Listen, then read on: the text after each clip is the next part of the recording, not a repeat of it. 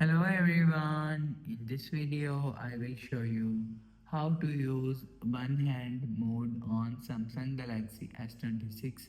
So let's start the video. First of all, go to app library. Now here to click on settings app.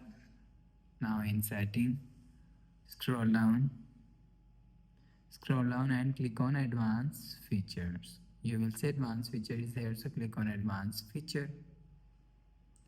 Now here you will see one-handed mode is here. So if you want to use one hand mode, so click on one hand mode.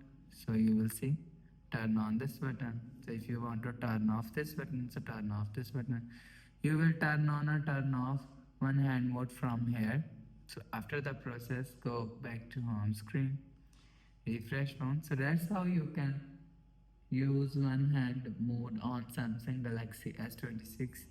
So if you like the video, please subscribe. Thanks for watching.